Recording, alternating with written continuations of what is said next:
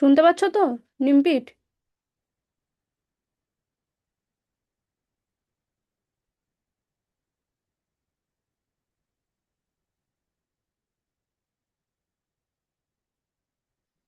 তোমরা শুনতে পাচ্ছ আমার কথা?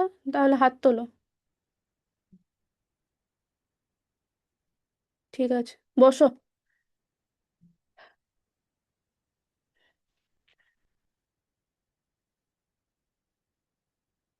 এই চলো প্রণাম মন্ত্র দিয়ে ক্লাস শুরু করি আজকে। আজকে বিবেক দিশার ভ্যালু এডুকেশনের ফার্স্ট ক্লাস। হুম। চলো, বলো। স্থাপকায় চ ধর্মস্য সর্বধর্মস্বরূপিণে অবতার বরিষ্ঠায় রামকৃষ্ণায় তে নমঃ। ধর্মের সংস্থাপক, সর্বধর্মস্বরূপ, অবতার শ্রেষ্ঠ হে রামকৃষ্ণ, তোমাকে নমস্কার।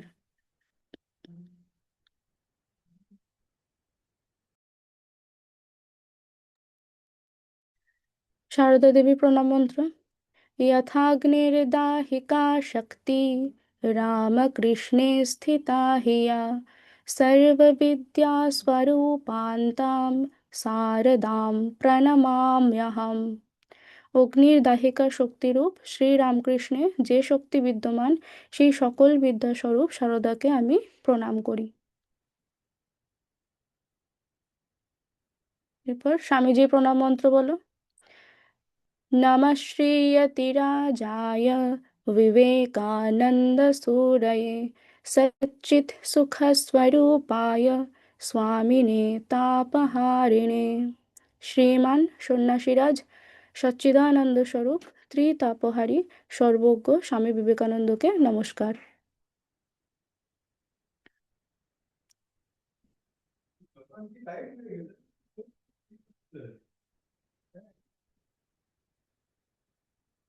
তাহলে আমরা ক্লাস শুরু করি। আজকে আহ, আমি তোমাদের কিছু সুভাষিত পড়াবো। হুম। সুভাষিত কি? সুভাষিতম। সুভাষিতমটা কি? সুভাষিতম মানে হচ্ছে সু উক্তি। হুম। তো দেখো, আমি নিচে একটা শ্লোক দিয়েছি। হ্যাঁ, এই শ্লোকে, এই সংস্কৃত শ্লোকটা দিয়েছি, এই শ্লোকে সুভাষিতম সম্পর্কে কি বলা হয়েছে দেখো। বলছে, তোমরা সবাই খাতা পেন নিয়ে আসছো তো? লিখবে, নোট করবে, হ্যাঁ। শ্লোকগুলো লিখে নেবে। প্রথমে একটু পড়ে নাও আমার সাথে, তারপর লিখবে। ভাষা সুমুখ্যা মধুরা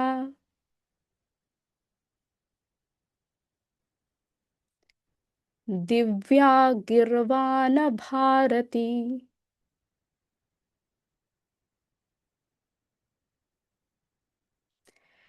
तस्माद्धि मधुरम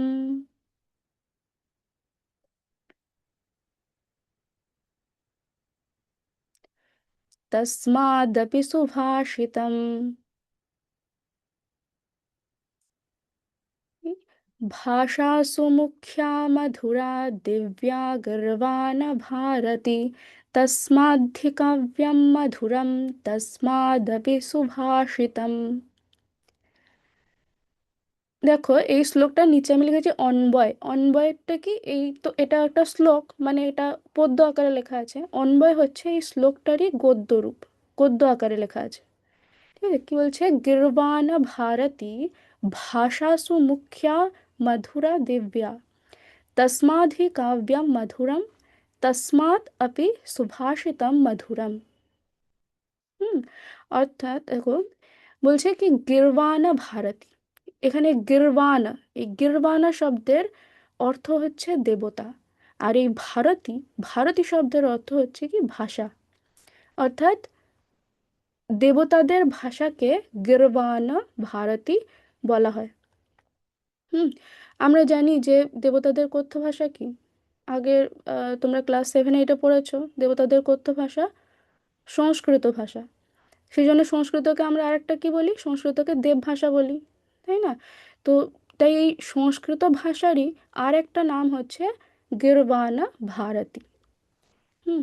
তাহলে গিরবানা ভারতী সংস্কৃত ভাষা ভাষাসু, ভাষাগুলির মধ্যে মুখ্যা, মুখ্য, এবং অর্থাৎ কি উচ্চ স্থানযুক্ত, মধুরা মধুর শ্রবণযুক্ত, দিব্যা দিব্য গুণ বিশিষ্ট, তস্মাধি তার থেকেও, কাব্যম কাব্য, মধুরম মধুরতর, হ্যাঁ তস্মাদপি তার থেকেও, সুভাষিতম সুউক্তি, মধুরম মধুরতর তম মধুরতম।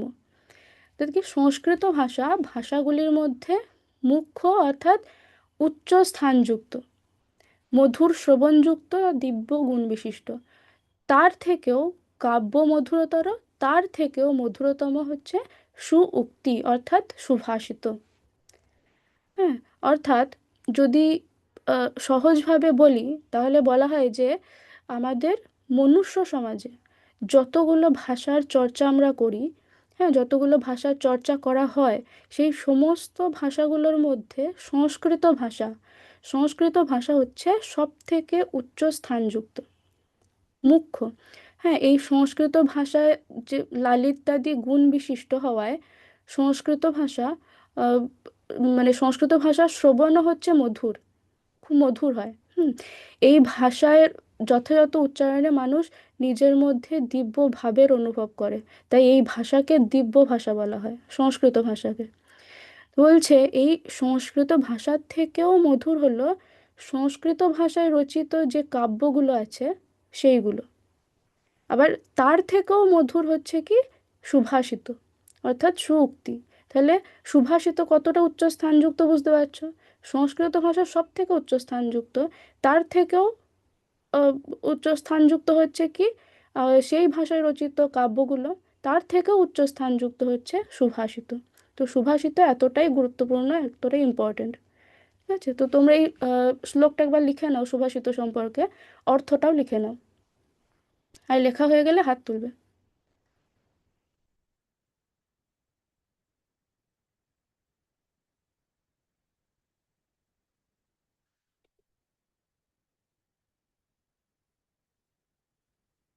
আর শ্লোকগুলো নিজেরাও একটু করে বলবে, তাহলে দেখবে নিজেদেরও ভালো লাগবে, সংস্কৃত ভাষায় লেখা।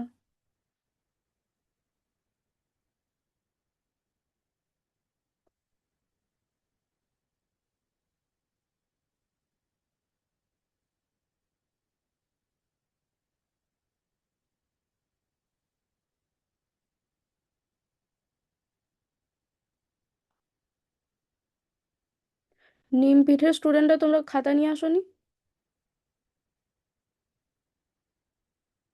পরের দিন থেকে একটা খাতা পেন নিয়ে আসবে ক্লাসে, হ্যাঁ, আর যেগুলো লেখানো হবে সেগুলো নোট করে নেবে খাতায়।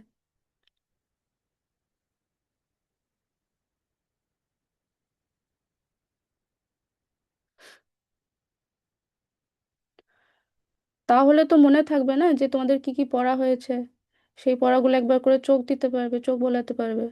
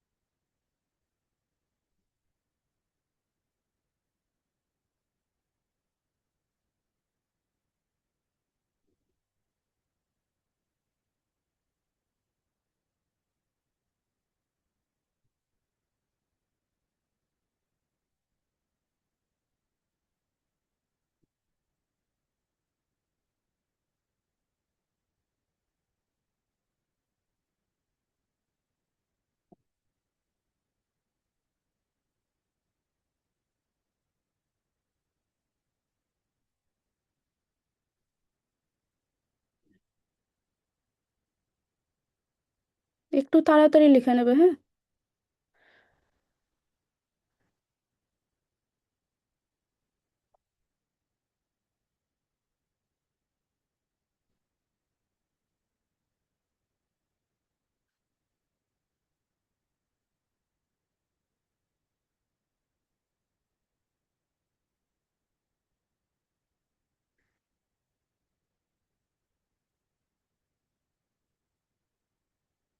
S R K S V M girls তোমাদের হয়েছে লেখা?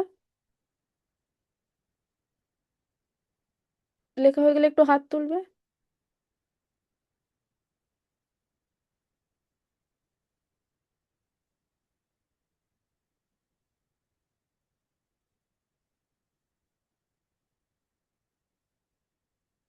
ঠিক আছে, তো আমরা নেক্সট যাই। নেক্সট স্লাইডে দেখো, এখানেও আরেকটা সুভাষিতম সম্পর্কে বলা হয়েছে। এখানে কি বলছে দেখো, দ্রাক্ষাম্লানমুখী জাতা, দ্রাক্ষাম্লানমুখী জাতা, শর্করা চাষ্মতাম গতা,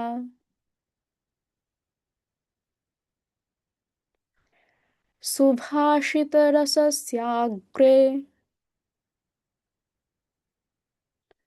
सुधाभीता दिवं गता।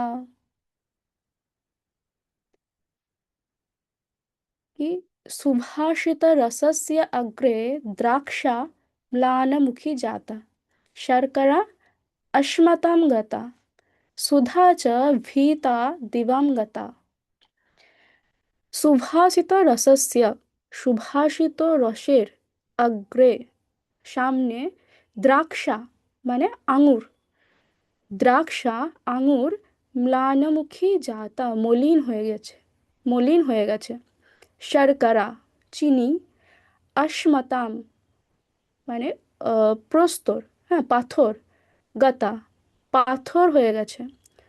সুধা অমৃত, ভীতা ভয় পেয়ে, দিবম গতা স্বর্গে চলে গেছে। দিবম মানে হচ্ছে স্বর্গ, স্বর্গে চলে গেছে। অর্থাৎ এখানে বলছে যে সুভাষিতের মধুরতা এতই বিশিষ্ট যে তার সামনে আঙুরের রসের মধুরতাও কি ম্লান হয়ে গেছে। চিনি, চিনি তো মিষ্টি জিনিস, চিনিকে সাদা প্রস্তরখণ্ড ছাড়া আর কিছুই মনে হয় না। এমনকি সুভাষিতের মধুরতা দেখে অমৃত, হ্যাঁ অমৃত ভয় পেয়ে স্বর্গ গমন করেছে। অর্থাৎ যারা সুভাষিত শোনে বা সুভাষিত পাঠ করে তাদের কাছে আঙুর, চিনি, অমৃত এগুলো, এগুলোর মিষ্টতা কি ক্ষীণ হয়ে যায়, ক্ষীণ বলে মনে হয়। হ্যাঁ, সুভাষিতের মধুরতার সামনে এগুলো কিছুই না, এগুলোকে তুচ্ছ বলে মনে হয়। ঠিক আছে, তো এখানে দেখো বলা হয়েছে সুভাষিতের সামনে অমৃত নাকি ভয় পেয়ে স্বর্গে চলে গেছে, বলেছি না এক জায়গায়। তো দেখো এখানে বস্তুত অমৃত কিন্তু আহ, ওই প্রথম থেকেই স্বর্গে থাকে। ঠিক আছে, কিন্তু কবি এখানে কাব্যের মাধ্যমে এই সুভাষিতের মাহাত্ম্য বর্ণনার জন্য অমৃতের স্বর্গে গমনের এরকম একটা মধুর কল্পনা করেছেন। বুঝতে পারলে? অর্থাৎ এর দ্বারা এটাই বোঝাতে চাইছেন যে স্বর্গের অমৃতের থেকেও আমাদের পৃথিবীর সুভাষিত অধিক মাধুর্যপূর্ণ। বুঝতে পারলে? এইটা বলতে চাইছি, তাহলে সুভাষিত কতটা উচ্চ স্থান সেটা বুঝতে পারলে। হ্যাঁ, সুভাষিতের রস কতটা মিষ্টি সেটাও বুঝতে পারলে। তো এটাও তোমরা লিখে নাও একটু, তারপর আমরা কিছু সুভাষিত পড়বো আবার। না, লিখে নাও এটা।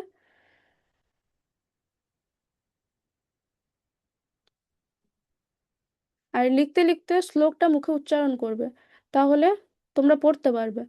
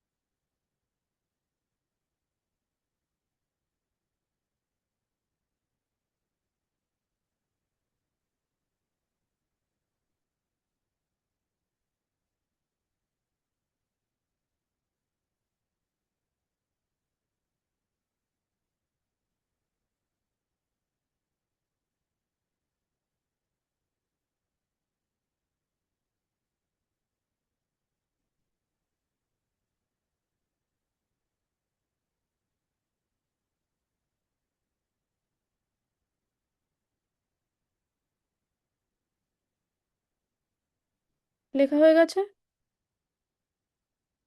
নেক্সট স্লাইডে যাই এবার আমরা। আচ্ছা, এবার আজকে আমরা কর্ম সম্পর্কে কিছু সুভাষিত পড়ব। হুম?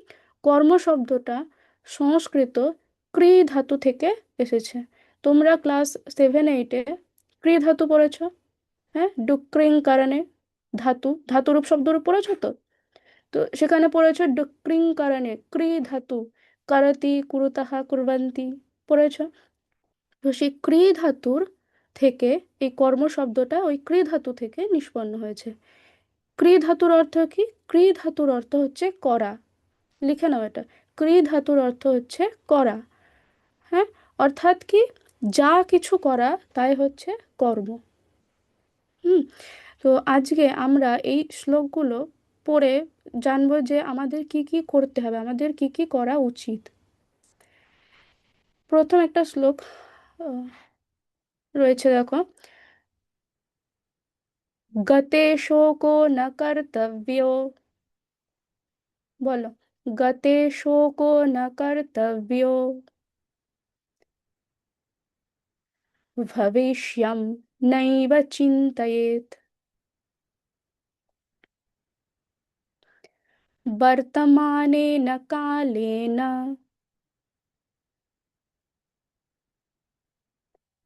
वर्तयन्ति विचक्षणाः। गते शोकः न कर्तव्यः, भविष्यं नैव चिन्तयेत्, विचक्षणाः वर्तमानेन कालेन वर्तयन्ति। গতে মানে গত বিষয়ে, শোকः দুঃখ, না কর্তব্যः করা উচিত নয়, ভবিষ্যম ভবিষ্যতের বিষয়ে, নৈব চিন্তয়েত চিন্তা করাও উচিত নয়, বিচক্ষণাः মানে বুদ্ধিমান ব্যক্তিরা, বর্তমানেন কালেন বর্তমান কালের দ্বারা, বর্তয়ন্তি সময় ব্যতীত করেন। অর্থাৎ যা কিছু, অর্থাৎ কি, যা কিছু গত হয়েছে তার বিষয়ে চিন্তা করা উচিত নয়, ভবিষ্যতে কি হবে সেই বিষয়েও চিন্তা করা উচিত না। বিচক্ষণ ব্যক্তিরা সর্বদা বর্তমান কালের সম্বন্ধেই চিন্তা করেন। অর্থাৎ গত বিষয়ে চিন্তা করা উচিত নয়, এর দ্বারা এটাই বোঝানো হচ্ছে আমরা অনেক সময় এমন কিছু ঘটনার কথা দেখবে বারবার ভাবি যেগুলো আমাদের ইতিমধ্যে ঘটে গেছে, তাই না? যেমন দেখবে তোমাদের যখন এক্সাম হয়, আজকে একটা সাবজেক্টের এক্সাম দিয়ে আসলে, তারপর বাড়ি ফিরে তুমি বইটা মিলিয়ে দেখলে যে তুমি অনেক কটা কোশ্চেনের আনসার ভুলভাল লিখে চলে এসছো। হ্যাঁ, তো এরপর থেকে তুমি সেই ভুল আনসারগুলো নিয়ে বারবার ভেবে যাচ্ছ, ভাবছো যে এই এতগুলো উত্তর আমি ভুল লিখে চলে আসলাম, আমার তো এবার এই সাবজেক্টের নাম্বার কম আসবে, বাড়িতে আমাকে মা বাবা বকা দেবে, হ্যাঁ টিচার্সরা বকবেন, আহ, ইত্যাদি ইত্যাদি ভাবছো। তো এই সব ভেবে তুমি মন খারাপ করেছো। পরে কি হলো, পরের দিন আবার একটা পরীক্ষা আছে, সেই যে পরীক্ষাটা আছে সেই পরীক্ষাটায় তুমি মনোযোগ দিয়ে পড়তে পারছো না। তাহলে কি হবে, পরের দিন আবার যে পরীক্ষাটা আছে সেটাতেও আবার ভুলভাল লিখে চলে আসবে। হ্যাঁ কি না? হয়তো এরকম। তো তাহলে যেটা হয়ে গেছে সেটা নিয়ে বারবার ভেবে, সেটা নিয়ে মন খারাপ করে চিন্তা না করে, সেখান থেকে কি হবে সেখান থেকে শিক্ষা নিতে হবে। হুম। এটা শুধু আমি তোমাদেরকে উদাহরণ হিসেবে পড়াশোনার ক্ষেত্রে বললাম, শুধু পড়াশোনার ক্ষেত্রেই কিন্তু নয়। আমি উম, এরকম বিভিন্ন পরিস্থিতি আসবে জীবনে, তো সেই সব ক্ষেত্রেই মনে রাখতে হবে যেটা আমাদের ইতিমধ্যে ঘটে গেছে, হ্যাঁ সেটাকে তো আমরা আর বদলাতে পারবো না, তাই না? তাই সেই বিষয় নিয়ে বারবার চিন্তা করে মন খারাপ না করে সেখান থেকে আমাদেরকে শিক্ষা নিতে হবে। সেটাই হচ্ছে সবচেয়ে বুদ্ধিমানের কাজ, বুদ্ধিমান ব্যক্তিরা কিন্তু এটাই করে। হ্যাঁ, আবার সেই রকমই ভবিষ্যতের ক্ষেত্রেও, ভবিষ্যৎ নিয়েও বেশি চিন্তা করা উচিত নয়। ভবিষ্যৎ নিয়ে ভবিষ্যতে কি হবে কি না হবে সেগুলো এখন থেকে ভেবে সেই নিয়ে চিন্তা করে সময় নষ্ট করা উচিত নয়। ঠিক আছে, যেমন দেখো আমাদের আহ, এখনকার সময়ে চাকরির যে বেহাল অবস্থা চলছে, হ্যাঁ, তাতে করে আমরা যদি মনে করি যে পড়াশোনা করে কি হবে, হ্যাঁ টাকা পয়সা খরচ করে কষ্ট করে পরিশ্রম করে পড়াশোনা করে যদি বেকারই থাকতে হয় তাহলে পড়াশোনা করেই বা কী লাভ হচ্ছে? তো দেখো, এই ভাবনা আসা হয়তো স্বাভাবিক, কিন্তু এইসব নিয়ে বেশি চিন্তা করে পরে কি হবে না হবে সেই নিয়ে বেশি ভেবে আমরা কি করি, আমরা আমাদের অনেকটা ফালতু সময় নষ্ট করে ফেলছি। সময় ফালতু ফালতু নষ্ট করছি, তাই না? তাই দেখো, ভবিষ্যতে কি হবে না হবে সেটা আমরা কেউ জানি না। হ্যাঁ, তাহলে আহ, আমাদের বুঝতে হবে যে আহ, ওই কি বলে, ভবিষ্যৎ নিয়ে ভেবে বর্তমান সময়টাকে নষ্ট করা উচিত হবে না, এটা আমাদের বুঝতে হবে। হ্যাঁ, আর এটাকে ভাবতে হবে যে আমাদের সব থেকে গুরুত্বপূর্ণ হচ্ছে বর্তমান। ঠিক আছে, কারণ আমরা, আমাদের হাতে শুধু বর্তমান সময়টুকুই আছে। বর্তমানকালে মানে গতকাল তো হয়ে গেছে, গতকাল চলে গেছে। আগামীকাল কি হবে আমরা তা কেউ জানি না। কিন্তু আজ আমাকে কি করতে হবে, আজ আমার কি করা উচিত সেটা কিন্তু আমি জানি। হ্যাঁ, যারা বিচক্ষণ হয় তারা কিন্তু অতীতে ঘটে যাওয়া খারাপ পরিস্থিতি নিয়ে উম, ভাবে না। হ্যাঁ, আবার অজানা ভবিষ্যৎ নিয়েও কিন্তু বেশি চিন্তা করে না। তারা শুধু কি করে, তারা বর্তমান সময় নিয়ে ভাবে, বর্তমানে করণীয় কাজ নিয়েই তারা চিন্তা করে। কেন বলো তো? কারণ তারা জানে যে ভবিষ্যৎ নিয়ে বেশি চিন্তা ভাবনা না করে অতীতে যে ঘটনাটা ঘটে গেছে সেখান থেকে শিক্ষা নিয়ে বর্তমানে কাজ করে গেলে, কাজ করে যেতে হবে। তাহলেই কিন্তু আমাদের ভবিষ্যৎটা অটোমেটিক্যালি সুন্দর হয়ে যাবে। হুম, তাই আমরা গত বিষয় নিয়ে দুঃখ না করে, ভবিষ্যৎ নিয়ে চিন্তা না করে, বর্তমানে আমাদের যা যা কর্তব্য সেগুলো আমাদের সঠিকভাবে পালন করতে হবে। এটাই হচ্ছে বুদ্ধিমান ব্যক্তিদের কাজ। হ্যাঁ, গতে শোকো ন কর্তব্যঃ ভবিষ্যং নৈব চিন্তয়েৎ বর্তমানেন কালেন বর্তয়ন্তি বিচক্ষণাঃ। ঠিক আছে, এটাই হচ্ছে এর অর্থ, মানে সামগ্রিক একটা অর্থ। তাহলে আমাদের কি করতে হবে বুঝতে পেরেছো? এটা একটা আজকে পড়লাম। আহ, আজকে সময় হয়ে গেছে। তোমরা এটা কি লিখেছো? না হলে আমি নেক্সট দিন আরেকবার দেখাবো, তোমরা লিখে নেবে। তারপর আমরা পরের শ্লোকে আবার যাব। ঠিক আছে, আজকে আর টাইম হবে না, পরের দিন লিখে নিও। ওম শান্তি শান্তি শান্তি। হরি ওম তৎসৎ। শ্রীরামকৃষ্ণার্পণমস্তু।